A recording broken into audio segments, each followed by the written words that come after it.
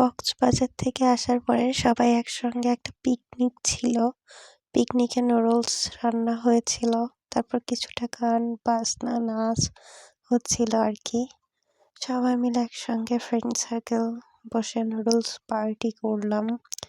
এই তো নুডলস খাওয়ার প্রতিযোগিতা চলছিল, কে বেশি নুডলস খাইতে পারে আর কি। তারপরে কক্সবাজার থেকে নিয়ে আসা শুটকি নিয়ে আসছিলাম, সেটা ভর্তা হচ্ছিল। চায়ের আড্ডা দিচ্ছিলাম সবাই মিলে, চা খাইতেও মজা লাগে।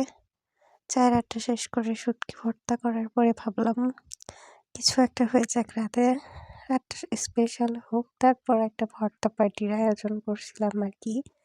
পেয়ারা মাখানোটাও ছিল, ঝাল দিয়ে আর সরিষা দিয়ে, বেশ টেস্ট ছিল। তারপরেই তো ইনস্ট্যান্ট প্ল্যানিং, ভর্তা পার্টি হবে। শুটকি ভর্তা, আলু ভর্তা, ডিম ভাজি, সব মিলায়ে ভর্তা পার্টিটাও মজা ছিল। একসঙ্গে আসলে সবাই হওয়াটাই ইম্পর্ট্যান্ট।